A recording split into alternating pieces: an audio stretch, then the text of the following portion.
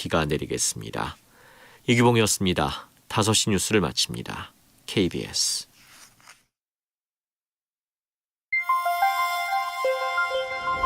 대한민국 중심 채널 KBS 1라디오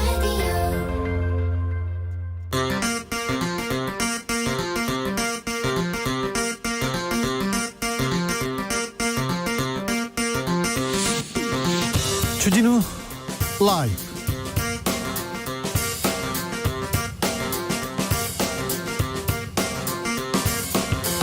(2020년 11월 17일) 화요일입니다. 안녕하십니까, 주진우입니다.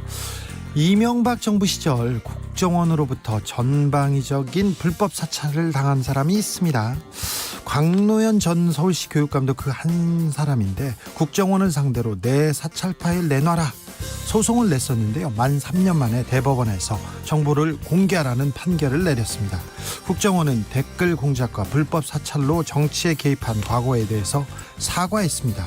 국정원이 흑역사를 싹 지우고 새롭게 거듭날 수 있을까요? 광노현 전 교육감과 이야기 나눠보겠습니다.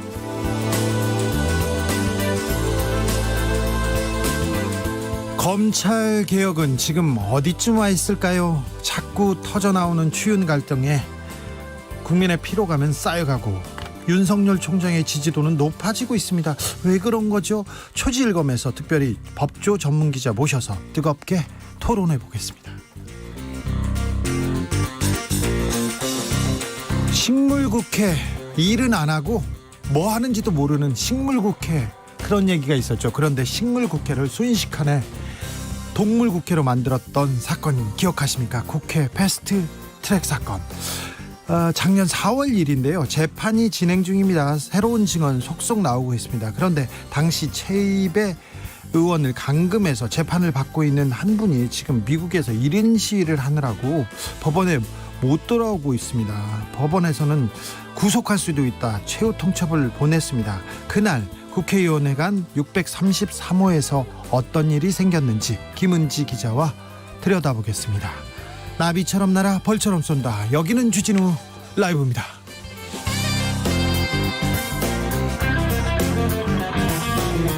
오늘도 자중자애, 겸손하고 진정성 있게 여러분과 함께하겠습니다. 수도권 거리두기 격상될 예정입니다. 목요일 0시부터 적용되는데요.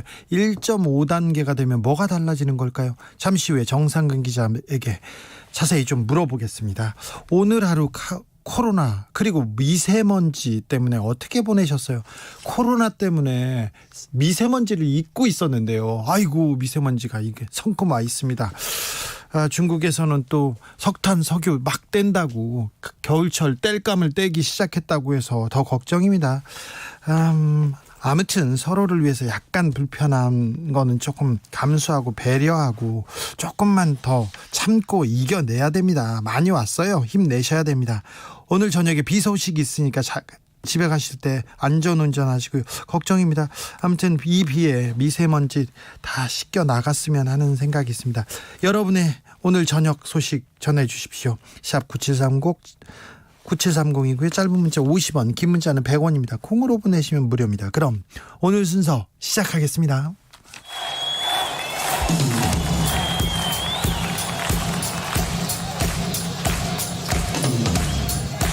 매일 오후 5시 5분 주진우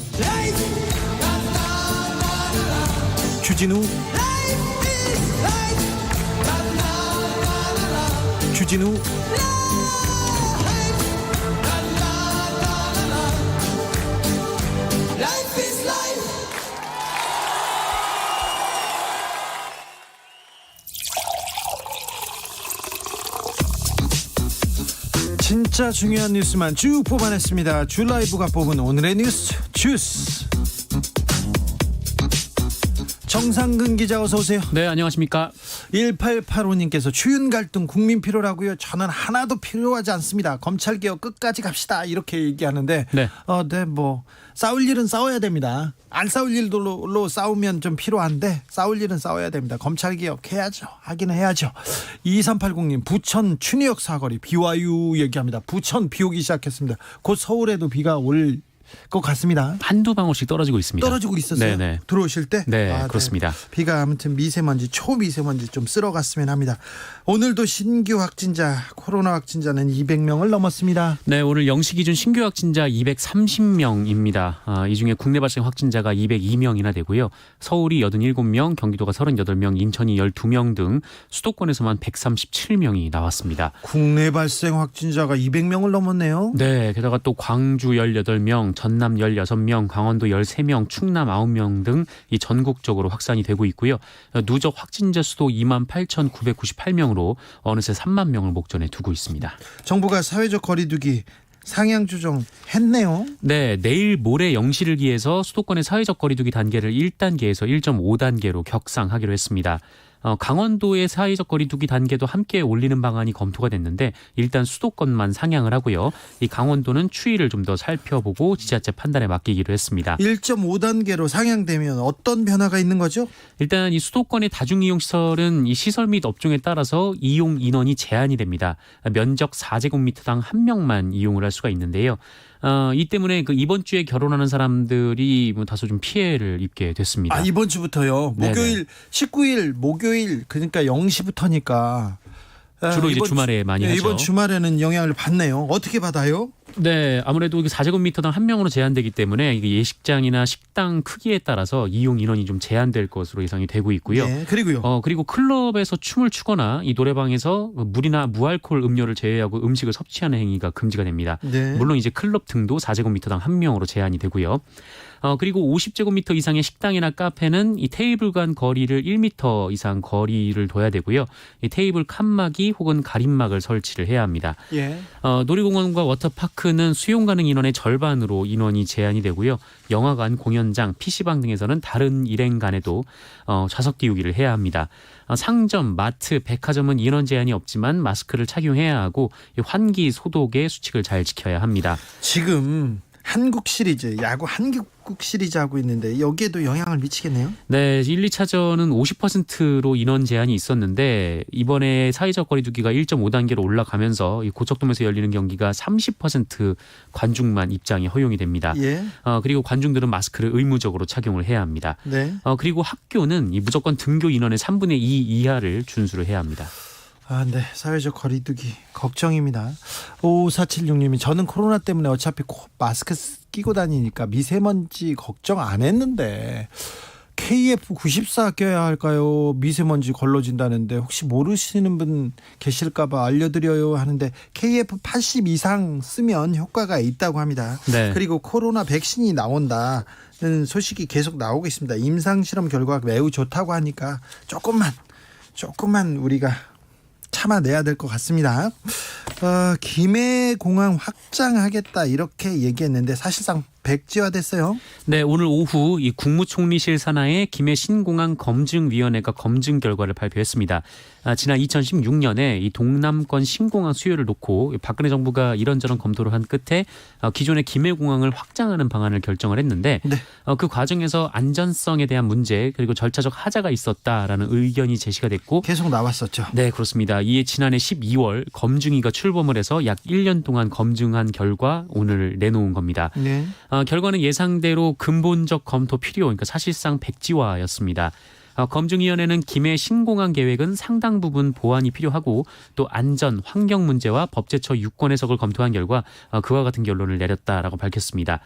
현재로서는 부산시가 김해 신공항 대신 가덕도 신공항 건설을 강력하게 주장하고 있고 또 정치권에서도 큰 이견이 없는 만큼 김해 신공항은 백지화 수순을 밟고 가덕도 신공항에 힘이 실릴 것이다라는 전망이 나오고 있습니다. 이러면 그러면 그 TK 지역에 또 네. 신공항이 생기는데 여기도 영향을 미치거든요. 그래서 부산 지역, 그러니까 부산 영남권하고 대구 경북권하고 첨예하게 대립하고 있거든요. 그렇습니다. 이 문제에 대해서. 네, 사실 이 대구 경북 지역에서는 밀양 신공항을 추진을 좀 미뤘었거든요. 예. 그런데 아무래도 좀 거리가 멀어지다 보니까 이에 대해서 반대하는 목소리가 나오고 있습니다. 아무튼 대구 경북과 부산 영남권, 부산 경남 지역에 좀 갈등이 있는데 이것도 조금 좀 잘 해결됐으면 합니다.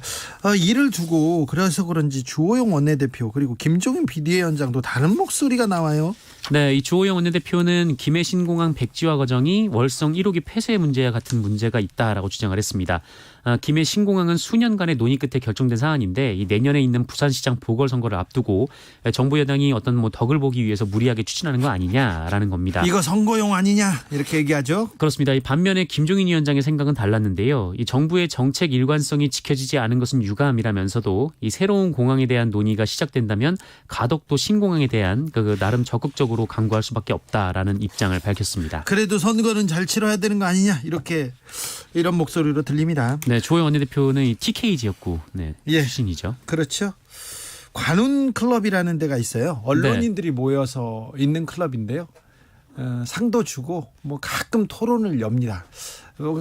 딱히 뭐를 하는지는 잘 모르겠어요. 그런데 가끔 토론회를 여는데 오늘은 이낙연 더불어민주당 대표가 갔습니다. 네, 이 중견 언론인들이 양복 입고 모여서 얘기하는 자리인데 굉장히 권위 있는 곳이래요. 네, 오늘 이낙연 민주당 대표가 나갔습니다. 네. 여러 가지 이야기를 했는데 일단 추미애 장관과 윤석열 검찰총장 간의 갈등 상황에 대해서 이 본질은 검찰개혁에 대한 문제라면서 이 두 사람의 싸움인 것처럼 비치는 것은 몹시 아쉬운 일이다라고 말을 했습니다. 네.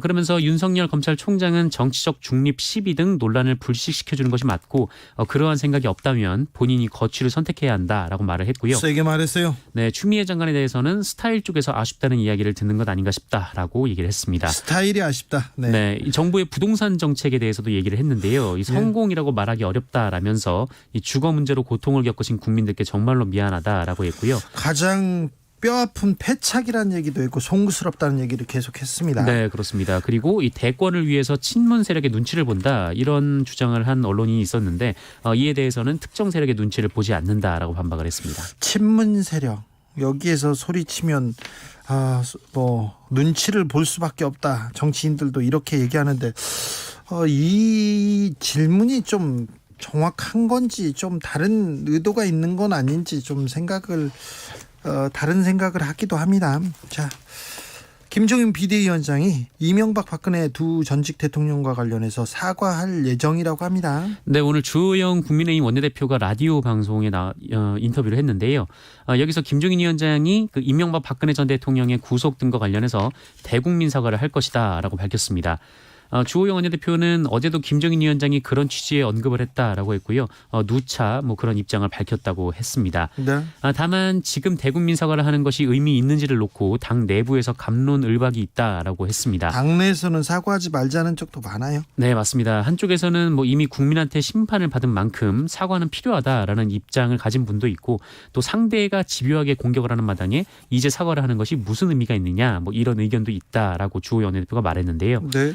김종인 위원장도 기자들과 만나서 이 대국민 사과는 비대위원장으로 올 당시부터 누누이 쭉 얘기해왔던 것이다라고 말을 했는데 다만 주호영 원내대표가 그 이달 말을 사과 시한으로 얘기한 것에 대해서 시기는 내가 판단해서 결정해야 한다라고 강조했습니다. 김종인 비대위원장하고 주호영 원내대표하고 목소리가 조금씩 뉘앙스가 조금씩 달라요. 미리 공개한 것이 좀 불쾌했던 거 아닌가라는 생각도 좀 들고요. 이명박 대통령이 대법원 확정 판결을 받았습니다.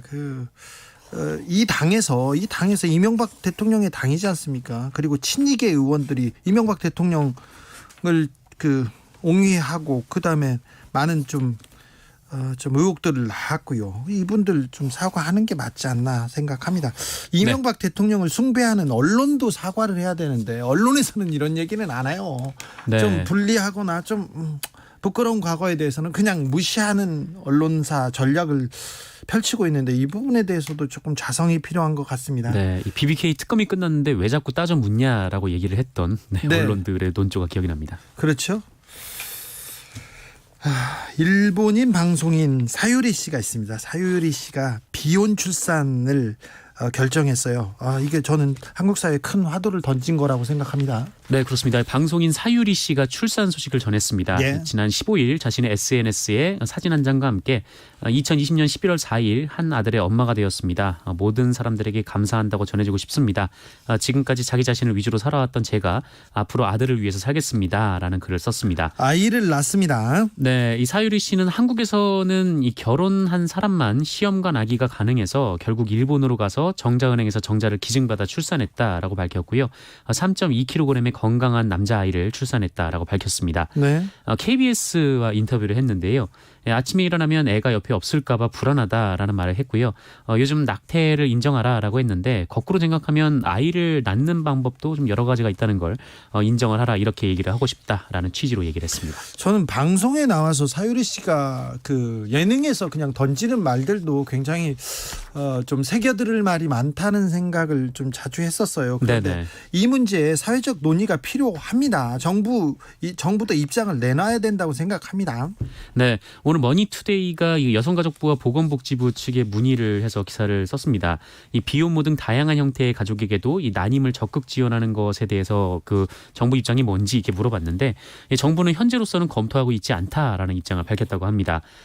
인공 수정 또는 시험관 아기 등 이 배란 유도가 여성 건강에 미치는 영향이 면밀히 검증되지 않았다라는 이유였는데 하지만 우리나라는 이 법적 가족에게는 관련 시술을 지원을 하고 있거든요. 그래서 네. 이건 좀 앞뒤가 안 맞는 말 아닌가 좀 이런 지적이 나오고 있고 다만 정부는 관계 법령을 따져보고 개선이 필요하다면 검토하겠다라고 밝혔습니다.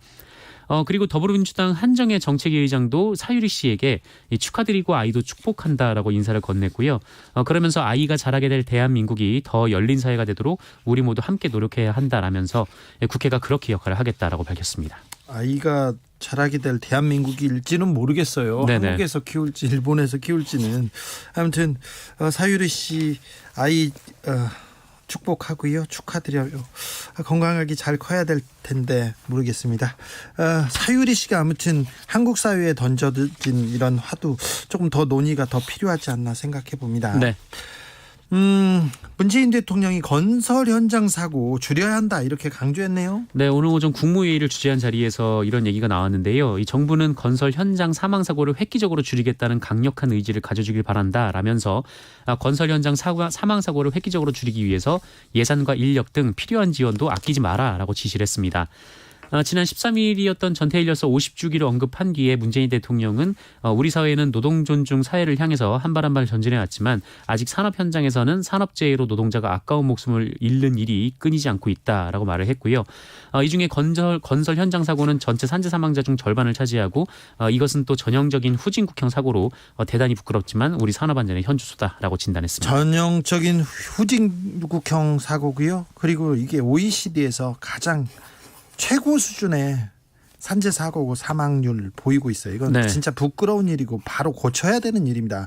건설 현장 재해 실태 정말 심각합니다. 네, 이 고용노동부가 산업재해 발생 현황 자료를 냈는데 이에 따르면 지난해 산업재해로 인한 사망자가 무려 2,020명입니다.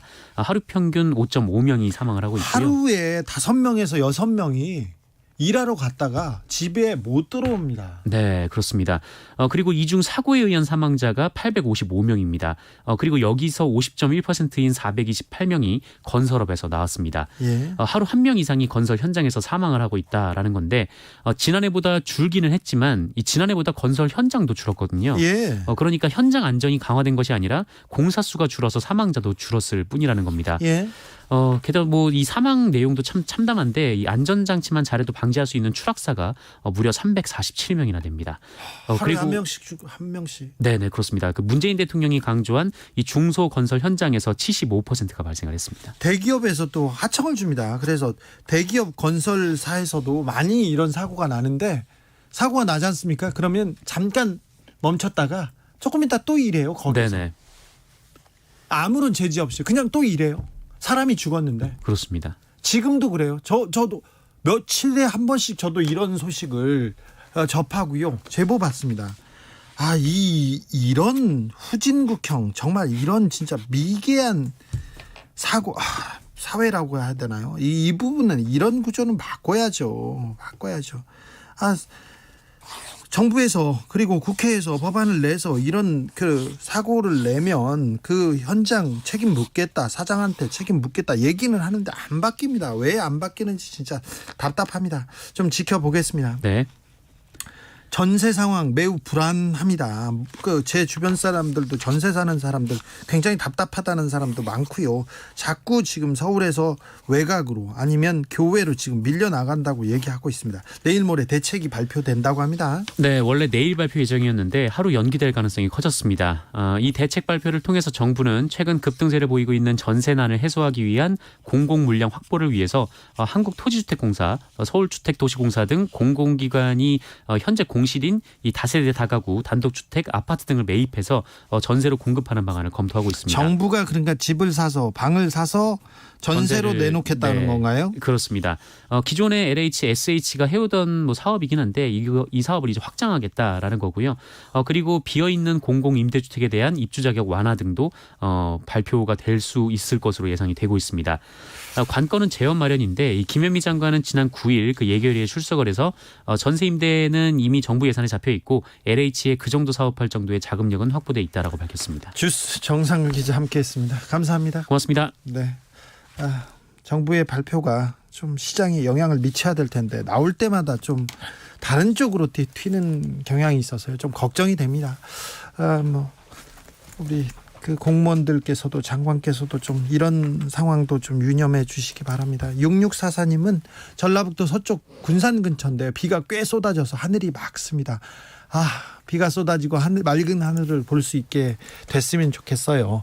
0005님 검찰개혁 이게 그렇게 광고하면서 할 필요가 있나요? 조용히 해도 충분할 것 같은데 솔직히 검찰개혁 일반 국민들 영향 없습니다. 기득권층 언론들만 영향이 있어요. 솔직히 안 그런가요? 지금 국민들 먹고 사는 게 제일 중요합니다.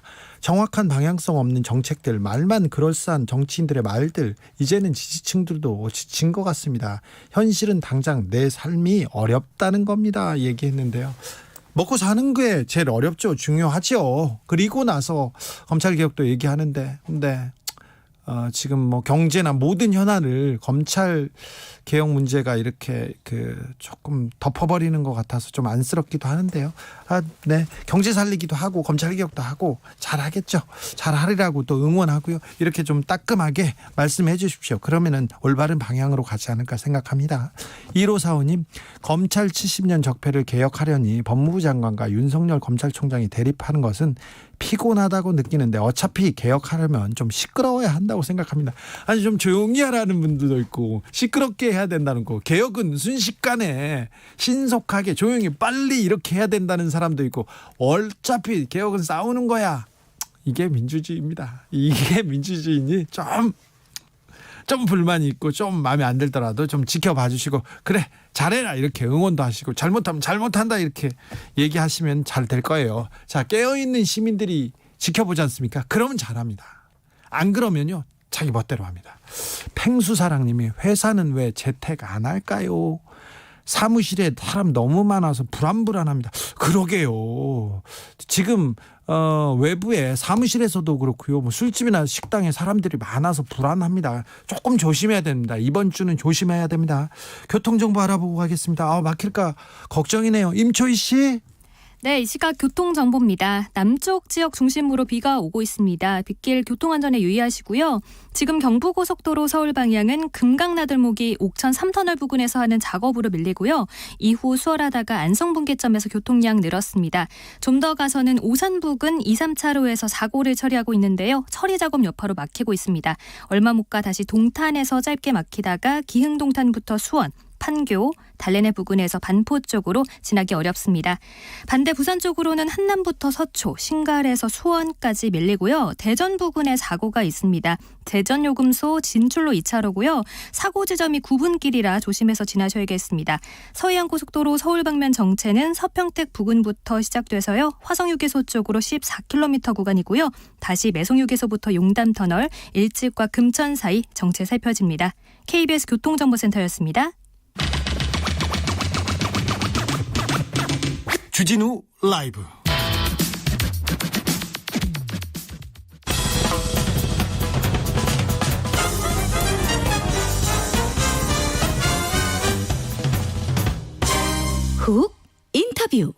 모두를 위한, 모두를 향한 모두의 궁금증 훅 인터뷰. 이명박 정부 시절, 박근혜 정부 시절도 그랬는데요. 국정원의 불법 사찰 대단했습니다. 그냥 대놓고 했어요. 대상도 광범위했습니다. 대법원장, 법관들, 검사들, 노조, 시민단체 간부, 묻지마 정치 사찰 했습니다. 이분도 불법 사찰을 당했습니다. 많이 괴롭고 힘들었으리라고 짐작은 가는데요. 그런데 가만히 있을 수 없다면서 국정원을 상대로 내 나라 내 파일 이렇게 외치기 시작했습니다. 우여곡절 끝에 3년 만에 내 파일을 내놓으라는 그런 판결을 받아냈습니다. 직접 물어보겠습니다. 광노현 진검다리 교육공동체 이사장 모셨습니다. 안녕하세요. 네, 오랜만입니다. 네, 잘 계시죠? 네. 네. 지난 12일이었습니다. 좀 의미 있는 판결이 났는데요. 이사장님께서 국정원 상대로 소송을 낸 거죠? 어떤 소송이었습니까? 예, 문자 그대로 내놔라 내 파일인데요. 네. 이 내놔라, 나에 대해서 불법 사찰한 정보 파일들 내놓으라는 거예요. 네. 국정원이라는 데는, 정보기관이라는 데는 본래 남의 사생활을 엿보고 엿들을 수 있는 특권을 갖고 있잖아요. 네. 근데 오직 국가 안보. 그렇지. 그런 인권 침해 특권을 오직 국가 안보만을 위해서 쓰라는 거 아닙니까? 예. 그런데 국가 안보하고 제가 전혀 무관하고 네. 국가 안보를 해치는 일을 한 적이 없는데 분명히 이 사찰 대상이 되고 심리전 대상이 됐다는 사실이 드러났어요. 예. 그래서 만약에 불법 위법한 정보 수집을 해갔으면 네. 이거는 인권 침해지 국가 안보 목적이 아니잖아요. 아니죠. 이건 나한테 훔쳐간 개인 정보잖아요. 네. 그러면 작물 아닙니까? 네. 그러니까 내 정보 내놔라 이렇게 소송을 한 거. 소송을 해서 지금 3년 만에 4년 만에 대법원에서 승소 판결을 받았습니다. 그죠. 대법원에서 판결을 받을 때까지는 지금까지는 그 파일을 보지는 못했죠. 못했죠. 예. 이제 대법원에서 자 줘라 이렇게 판결을 내렸으니까 네. 볼 수 있겠죠. 그렇죠. 판결의 의미가 뭡니까? 이게 지금 정보기관에 대한 법적 통제, 인권적 통제, 예. 역사에서 예. 이거 획기적이죠. 그렇죠. 저는 사실 1997년부터 이 프로젝트를 갖고 있었는데, 이 생각이 있었어요. 네. 예. 그런데 지금이 딱 때가 됐다고 생각해서 예. 2017년 10월달에 이 운동을 조직했거든요. 네. 굉장히 강개무량했고요. 무엇보다도 법원이 지금까지 이 정보기관 관련해서 어떤 일을 했냐면 조작간첩 재심했죠. 네. 공안 조작 재심하고 예. 그다음에 아주 정치 개입 스캔들 처벌했어요. 예. 그런데 그럼에도 불구하고 정보기관은 정정과 똑같게 셀럽들, 정치인들, 또 행정 공직자들, 심지어 법관들, 그리고 노동조합 하는 사람, 여러 시민 활동가들 전부 다 사찰해 왔잖아요. 네.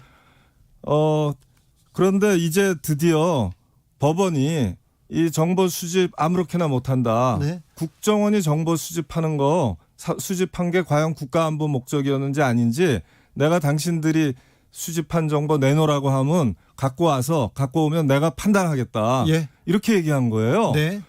그러니까 이게 저는 이렇게 봐요. 사법부 발, 법원 발, 그 과거 사찰에 대한 과거 청산 의지이자 예. 또 향후 정보 수집권 오남용에 대한 분명한 통제 역사가 시작했다. 네. 통제 의지를 법원이 밝혔다. 이것이 가장 큰 의미라고 생각하죠. 현 정부 들어서 국정원의 불법 사찰에 대해서 사과하면서 잘못했다고는 했어요. 네. 근데 파일 내놓으라니까 안 보여줬죠. 처음에는 전부 거부했죠. 그래서 소송하게 된 거고 1심, 2심, 3심을 다 이겼어요. 겁니다. 이제는 보여줄 수밖에 없는 거죠. 그렇죠. 네. 그래도 안 보여줄 수도 있는데요. 저는 국정원이 안 보여줄 것 같은데요. 아니에요. 국정원이 적어도 제 사건에선 보여주겠다고 사과 성명 내면서 네, 보여주겠다고. 얘기를 했어요. 네. 그런데 중요한 거는 네. 저하고 박재동 화백 등이 이 내놔라 내 파일 소송을 한 거는 네. 약 700명 정도 되는 사람을 모아서 예. 우리가 국정원에 정보공개 청구를 했거든요. 네. 저도 있었잖아요. 그러니까 그런데 그게 다 일괄 기각된 거 아닙니까? 네. 그런데 이 소송은 돈이 들잖아요. 네. 그렇기 때문에 우리가 4명만 소송을 한 거거든요. 네. 그러니까 시범 소송이에요. 네. 이거는 그 표준을 만들기 위한 소송이었거든요. 네. 그렇기 때문에 국정원이 박재동 광노현 파일만 보여주겠다고 할 게 아니고 네. 이 과거의 불법 사찰 피해자들 네. 그 사람들이 공직자가 되든 정치인이 되든 언론인이 되든 시민운동가가 되든 학생운동했던 사람이 되든 이 사람들 중정 이래로 쌓여 있는 불법 사찰 파일들 공개하겠다 이 지침을 만들어야죠. 지침이요? 그렇게 하면 또 소송이 이어질 것 같아서 또 국정원이 무슨 얘기를 할지는 그런데 서울시 교육감 시절에 국정원이 불법 사찰을 했다고 합니다. 어떤 식으로 사찰이 행해졌고요? 어떻게 알게 되셨어요? 우선 첫째 저는 그 취임할 때부터 바로 그 도청음들이 들리기 시작했어요. 뚜뚜뚜 따르르 이런 소리가 전화를 받거나 하면 무조건 들리기 시작했어요. 저기 교육감실에 있는 전화 제 휴대전화. 휴대전화요? 아, 그러면 또또또르르 이렇게 예, 정말 똑같았어요. 또또또 뚜르르 이러면서 네. 들어오는데 중간에 얘기하다가 가끔 드륵드륵하죠. 아니 네. 처음에 있기도 하고 15초 있다 있기도 하고 1분 예, 있다 예. 들어오기도 하는데 네. 그래서 제가 전화를 바꿔봤어요. 예. 그랬더니 이틀간 소리가 싹 없어져요. 네. 그 이틀 지나고 나니까 내가 전화하는 사람들 또 일정하잖아요. 네. 그러니까 다시 소리가 들리더라고. 그래서 아이고 뭐 전화 바꾸고 뭐하고 할 거 없다. 내가 공적 활동을 공개적으로 하는 사람인데 전혀 문제 없다 해서 그냥 당했죠. 제가 아이폰으로 바꾸라고 했지 않습니까? 그런데 사람들이 나를 사찰하고 있다 이렇게 하면 좀 고통스럽잖아요. 뭘 해도 그렇고. 예, 나중에는 근데 사실은 제가 제일 고통스러웠던 건 뭐냐면 지난 2017년 국정원 개혁위원회가 만들어졌잖아요. 예. 그때 저라든가 뭐 조국 이제 지식인 시절에 네. 조국 교수라든가 등등 또 그 당시에 박근혜 정당 네. 그 이름도 하도 바뀌어서 잊어먹었고 네. 지금 특정을 못 하겠는데 그 정당 소속의 뭐 정두원 의원이라든가 몇 있었잖아요. 네, 네. 이런 사람까지 포함해서 20 몇 명이 심리전 대상이 됐다고 발표가 났어요. 예. 그중에 제가 들어가 있었던 거예요. 아니 왜 서울시 교육감을 심리전 대상까지 해서 댓글을 달고 저 사람을 폄하하고 공격하고 그래야 됐습니까? 그러니까 말이죠. 제가 이제 우선 제가 국정원 정보기관 개혁 운동을 그 1995년부터 줄기차게 해왔어요. 줄기차게는 했어도 교육감님 시절에도 그렇게 중요한 사람은 아니었어요. 아니 그런데 네. 어느 정도였냐면 네. 제가 국가인권위원회 사무총장을 한다든가 서울시 교육감이 되면 네. 당연히 국정원 담당관이 있잖아요. 국내정보 담당관이 네. 와서 예방 인사하는 거는 관행이잖아요. 네, 그때는 그랬죠. 저는 그거를 다 거부했거든요. 아. 이 사람들 좌천됐다는 거거든. 예. 기관장 하나 못 만났다고. 예. 얼마나 악명 높았겠어요. 네. 거기다가 계속 국정원 지금 KGB 모델인데 네. 국정원을 제대로 국내외 파트 나누고 수사권 없애고 그렇게 해서 정치 사찰과 인권 침해 못하는 국정원으로 아주 전문성 높은 국정원으로 바꿔야 된다 한 거를 이 사람들 어떻게 생각했냐면 우리 기관과 조직의 위상을 떨어뜨리려는 자. 그러니까 조직 네. 위해 사범 아니에요? 네. 우리는 국가안보 조직이니까 국가안보 위해 사범으로 저를 몰게 되죠. 네. 그러니까 당연히 사찰하는데 그리고 당시에 지금 주진우 기자 말씀에 내가 이의가 있는데 당시 내가 교육감 될 때는 네. 사실은 이명박 대통령이죠. 네. 그리고 국회는 한나라당이 거의 싹쓸이 했었죠. 서울시장도 오세훈 시장이었고요. 서울시장 경기도지사 다 네. MB 정당이죠. 한나라당이지. 유일하게 그 기관장 중에 서울시 교육감만 예. 자, 그러기 광노인이었다고. 때문에 네. 뭐 주목을 많이 받을 수밖에 없었어요. 알겠어요. 네.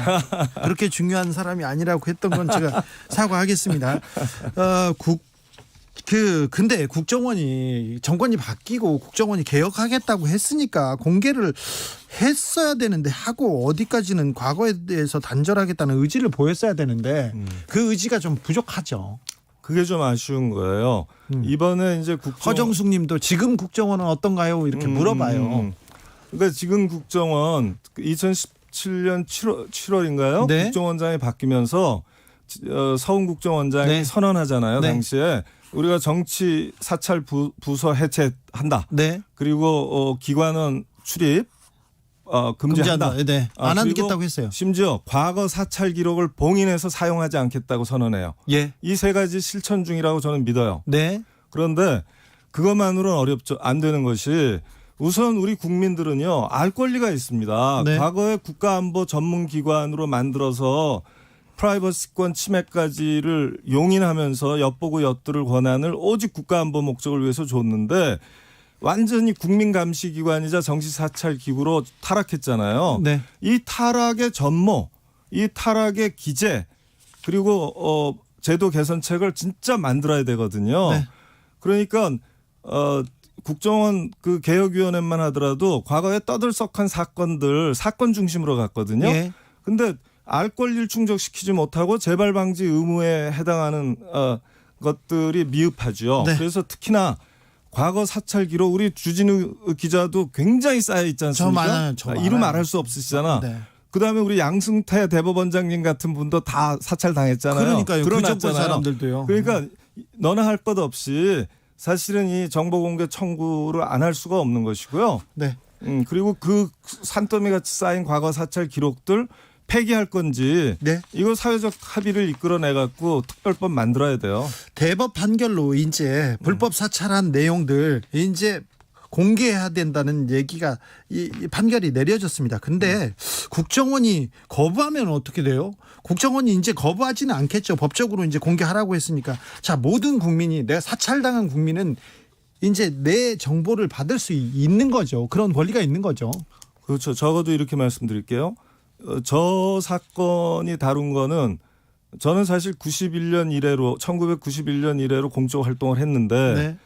그러면 제가 95년부터 국정원 개혁 운동을 했고 네. 그다음에 91년부터 민주주의 법학 연구회라는 거 만들어서 진보 법학 운동, 과거 청산 운동을 많이 했거든요. 네. 그래서 어느 땐가서부터는 여간 당시 국정보 남기부의 네. 주의를 받았을 것 같아요. 네. 그러면 그래서 91년도서부터 제 모든 공적 활동에 대한 정보, 국가안보하고 무관한 거 전부 다 내놔라 그랬는데 네. 현실적으로는 아마 서울시 교육감 시절의 정보만 내놓을 것 같아요. 예. 그러니까 그것도 지금 미진한 거죠. 어떻게 네. 보면. 근데 사실은 이제 이걸 서울시 교육감 시절의 핵심 이슈가 뭐였냐면 공직자에 대한 사찰이 정치 사찰이냐 여부예요. 우리 예. 재판에서 핵심 이슈가 예.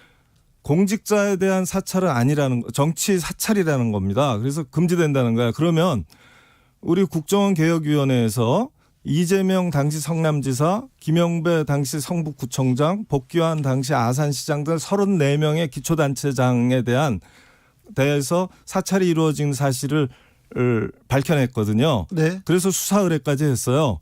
그러면 이런 지자체장이라든가 그 입법부 공무원, 국회의원이라든가 고위 법관들 전부 다 사실은 사찰 받았다고 보고 청구해야 하면 좋겠어요. 네네. 아무튼 저는 민간인이잖아요. 기자잖아요. 민간인이지만 더 사찰을 당하셨으니까 아니 그러니까 제 당연히 것도 신청하셔야죠. 제 것도 받아야죠. 당연하죠. 당연히. 근데 그렇게 할 분명히 겁니다. 국정원의 정보가 조금 다 왜곡되고 잘못된 걸 텐데 그렇죠. 그걸로 저를 공격했으면 그게 또 소송거리가 된다. 그래서 국정원이 안 주겠다 이렇게 할까봐 저는 걱정이에요. 그거는 본인한테만 공개하라는 것이지. 예. 국정원이 풍문으로 들어서 어디서 예. 미운 사람 그냥 이렇게 저렇게 쓰는 거를 네. 그게 뭐 사초가 돼갖고 그러면 큰일 나잖아요. 그렇기 때문에 그래서 이용하잖아요. 그래서 우리가 이거를 폐기해야 된다고 주장하는 예. 거예요. 네. 자, 국정원 개혁. 서훈 국정원의 개혁은 좀 서운했다 이런 얘기 좀 많이 있습니다. 자, 박지원 국정원장이 왔으니 조금 개혁에 조금 박차를 가했으면 한다는 생각도 있고 이번에 의미 있는 판결도 있으니까 자, 어떻게 좀 개혁해야 된다고 보세요? 일단은 국정원의 정보 수집 권한이 국정원 업무의 근본 아닙니까? 네. 그러면 이 정보 수집권이 과연 국가안보 목적으로 행사되고 있는지를 좀 사법부가 일일이 판단하겠다고 나온 거예요. 근데 필요할 때는. 국내 정책, 국내 정보는 안 하겠다. 민간인 그렇죠. 정보 사찰 안 하겠다고 지금 선언했고 예. 그런 부서가 없어졌잖아요. 아니죠. 그거는 이제 경찰에 간다라든가 아니면 독립기구가 만들어지잖아요. 그러면 지금 이 대법원 판결은 사실 기무사에도 적용되는 거고요. 네. 그다음에 정보 경찰에도 적용되는 것이고 또 국정원에 당연히 적용되는 거거든요. 그러면 이 박지원 국정원장께서 예를 들면 이 과거 시대에 정치 사찰 국민 감시 국정원의 전모를 밝히겠다. 몇 명 정도의 요원들이 투입돼서 한 뭐 몇십만 명, 몇백만 명 국민들에 대한 사찰 기록을 만들어냈다. 그리고 이것은 국가안보 목적과 상관없음에도 불구하고 일상적으로 정치인, 지식인, 언론인, 문화예술인, 뭐 공직자 전부 다 했단 말이에요. 대기업까지. 그래서 이런 부분에 대해서 우리가 최대한 본인에게 정보 공개하고 이 폐기 여부는 우리가 국민적 토론에 붙이겠다. 이렇게 나와야 됩니까? 이렇게 나오면 참 좋죠. 자, 내 나라 내 파일 시민행동에서 국정원 개혁을 위해서 어떤 계획을 가지고 있습니까, 지금? 지금 말씀드린 것처럼 계획을 갖고 있는데요. 저희가 이제 이렇게 보죠. 우선 지금 주진우 기자라든가 뭐 이런 분들을 포함해서 불법 사찰을 당한 대표적 피해자들, 대표적 반독재 민주화 투사들이라든가 그 후에 여러 사회운동가들 또 공직자들의 정보공개 청구를 조직하고요. 또 피해를 의심하고 있는 또 일반 시민들이 있잖아요. 여러 가지 네. 이유로 네. 그분들의 정보 공개 청구 운동도 조직하고 그리고 국정원이 과거 사찰 기록을 어떻게 정보 공개할 것인가 기준과 지침을 만들어야 돼요. 네. 그 부분에서 협의해서 전문성을 발휘할 용의가 충분히 있고요. 당연히 그렇게 가야 됩니다. 그리고 본인 사찰 기록에 대한 정보 공개 의무와 폐기 또는 수정 뭐 이런 것 보관을 어떻게 할지 이런 것에 놓고서 특별한 입법적 조치가 필요하거든요. 네. 그래서 그런 재정 운동도 하고 그렇게 해서 정말 꿈이 있는 거예요. 이 국민 감시 정치 사찰 없는 새 시대 개막 선언. 네. 그렇게 하고 지금 권력기관 개혁 중에서 검찰 개혁은 청산 주체로 앞세운 바람에 대단히 지지부진하게 된 측면이 있지만 이제 돌파할 거고요.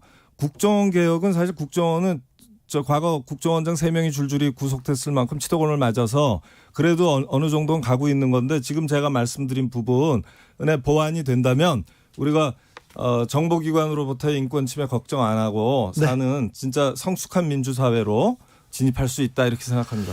지금까지 내 나라 내 파일 시민행동의 광노현 이사장이었습니다. 감사합니다. 네, 고맙습니다.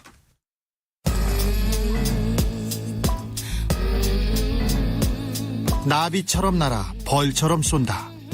주진우 라이브.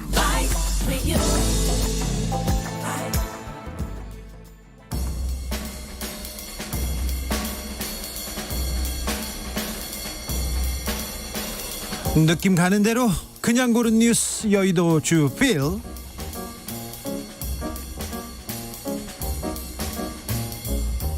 속보입니다. 윤석열 우월적 지위 남용한 갑질 범죄에 적극 대응. 서울신문 기사입니다. 사회적 약자를 보호함으로써 갑질 범죄에 관심을 기울여 달라. 공정하게 형사법을 집행해 달라. 이게 무슨 속보죠? 대검찰청 구내식당에서 강력범죄 전담부 부장검사 등과 점심을 먹었다. 이게 무슨 속보죠? 연말이니까 기관장이 수고한 사람들 모셔다가 이렇게 밥 한번 먹는 건데요. 이게 관례인데요. 이게 속보 단독 이런 기사가 왜 필요한지 저는 좀 이해가 안 돼요. 검찰 기자님들은 이게 그렇게 속보거리고 중요한지는 모르겠는데 저는 이해가 좀 안 돼요. 단독 휠체어 재판 이만희. 집 앞에선 깜짝 직립보행 포착. 더 팩트 기사입니다. 이만희 신천지 총회장께서 재판을 받으러 갈 때는 휠체어 타고 고개 숙이고 아이고 하고 가다가 귀가할 때는 혼자서 차량에서 내려서 걸어가는 모습이 카메라에 포착됐다고 합니다. 건강 악화 등을 이유로 보석 허가를 받았지 않습니까, 최근에. 그런데요, 어떻게 보면 당연해요. 살아계신 하나님이라고 칭송받는 분 아닙니까? 기적이다, 기적. 이게 기적이다. 종교의 기적이다. 될지어다. 이렇게 댓글 달으셨는데 지극히 정상이라고 봅니다. 걷지 못하던 회장님들, 걷지 못하던 정치인들, 움직이지 못해서 휠체어가 아니라 침대를 타고 법원에 갑니다. 의사 선생님들 진단서만 보면요, 사망 직전이에요. 어떻게 살아계신지 모르겠어요. 그런데요, 법원에서 이제 나가라, 풀어만 주면요, 그날 밤 룸사롱에서 파티합니다. 술만 잘 먹어요.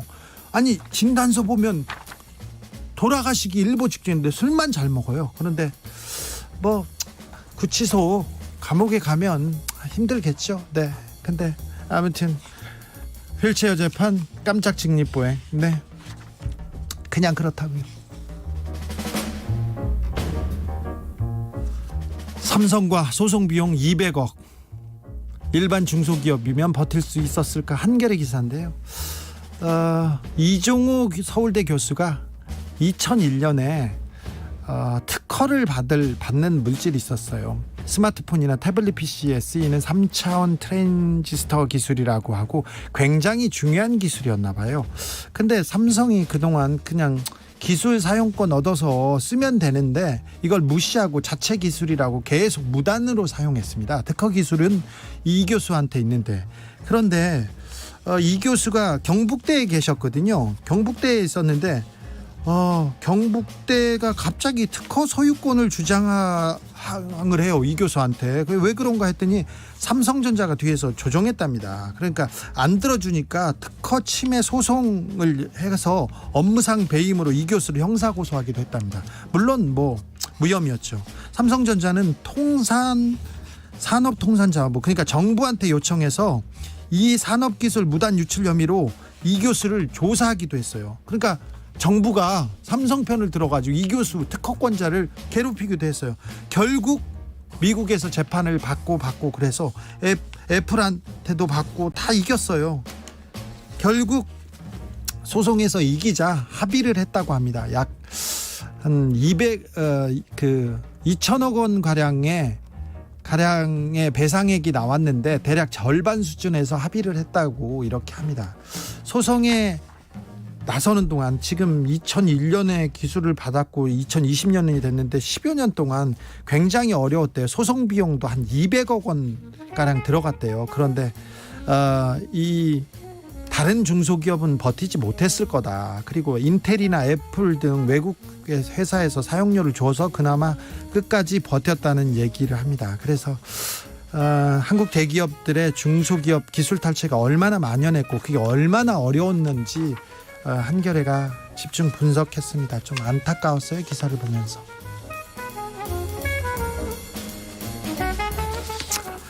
아무것도 하기 싫은데요. 직장인 85%가 겪는 번아웃 증후군. 한국일보 기사입니다. 직장인의 85%가 번아웃 증후군에 걸려있대요. 힘들다, 나 너무 지쳤어, 이렇게 얘기한다는데 충분히 휴식을 취해도 극심한 피로감이 오고 이런 피로가 6개월 이상 지속된다고 합니다. 일과 휴식을 분리하는 워라밸, 이게 중요하다고 기사는 지적하고 있어요. 번아웃 증후군 벗어나려면 어떻게 해야 되는지 여기서 해결책을 말해놨습니다. 그냥 잘 들으세요. 가장 편안히 지낼 수 있는 장소, 시간을 갖고. 편안히 지낼 수 있는 장소가 어디더라? 어디지? 잘 모르겠는데, 회사도 아니고 집도 아니고, 그러면 어디지? 충분히 수면을 취하는 것이 중요하다. 충분히 수면 취하고 싶죠. 근데 잠이 잘 안 오는데 이거 어떻게 하지? 이건 좀 이렇게 통과. 자, 영양분을 충분히 섭취하는 것도 필요하다. 영양분 충분히 섭취해야죠. 네, 골고루 먹되 커피, 술, 음료수, 담배들을 자극적인 음식은 삼간다. 커피를 많이 먹거나 술 많이 먹으면 힘들죠, 이것도. 그리고 또 이 얘기합니다. 스트레스를 쌓아두지 말고. 의학 전문 기자께서 쓰신 기사인데, 스트레스 쌓아두지 말라, 이거 어떻게 쌓아두지 않아요? 어떻게 스트레스 안 받는 방법이 뭔지 좀 알려주세요. 영양분 골고루 섭취하고 잠 잘 자라, 이런 거 말고. 이게 너무 똑같잖아요. 직장인 85%가 번아웃 증후군. 네. 회사 가면 너무 힘들다고 이렇게 하는데, 저는 85% 수치, 예상하던 수치보다 낮아서 조금 놀랐어요. 네, 그냥 그랬습니다.